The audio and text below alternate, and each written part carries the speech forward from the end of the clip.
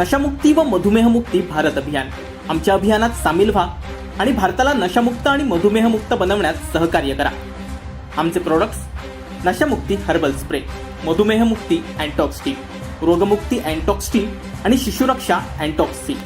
अधिक माहितीसाठी संपर्क डॉक्टर विलास गावडे, 9421 72 71 48. महाराष्ट्रात शिंदे फडणवीस सरकारचं पहिलं 2 दिवसीय विशेष अधिवेशन आजपासून सुरू होणार आहे. त्याआधी अत्यंत महत्त्वाची बातमी आपल्या समोर आली आहे. विधान भवनातलं शिवसेना विधिमंडळ कार्यालय सील करण्यात आलंय. शिवसेना विधिमंडळ कार्यालयातील सर्व स्टाफ कार्यालयाबाहेर आहे.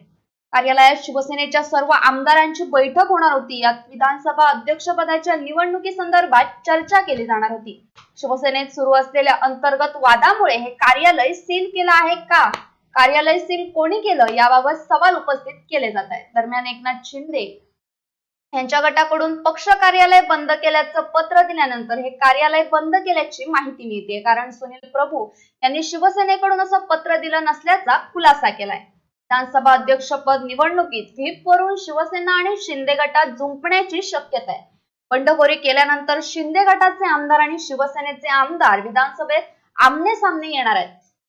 शिवसेनेकडून शिंदेसह सर्व आमदारांना व्हीप जारी करण्यात आलाय, पण प्रतोद सुनील प्रभूंचा व्हीप आम्हाला लागू होत नसल्याचा दावा शिंदे गटानं केलाय. यामुळे पक्षादेशावरून बंडखोर आणि शिवसेनेत संघर्षाची शक्यता आहे. यातच आता शिवसेना आणि शिंदे गटात वादाची नवी ठिणगी पडल्यानं अधिवेशनात काय होणार याकडे सर्वांचं लक्ष लागून राहिलंय.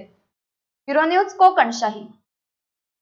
असे नवनवीन व्हिडिओ पाहण्यासाठी कोकणशाहीचं यूट्यूब चॅनल सबस्क्राईब करा व बेल बटन प्रेस करा. तसेच फेसबुक पेज लाईक करा आणि इंस्टाग्राम पेज व ट्विटर पेजला फॉलो करायला विसरू नका.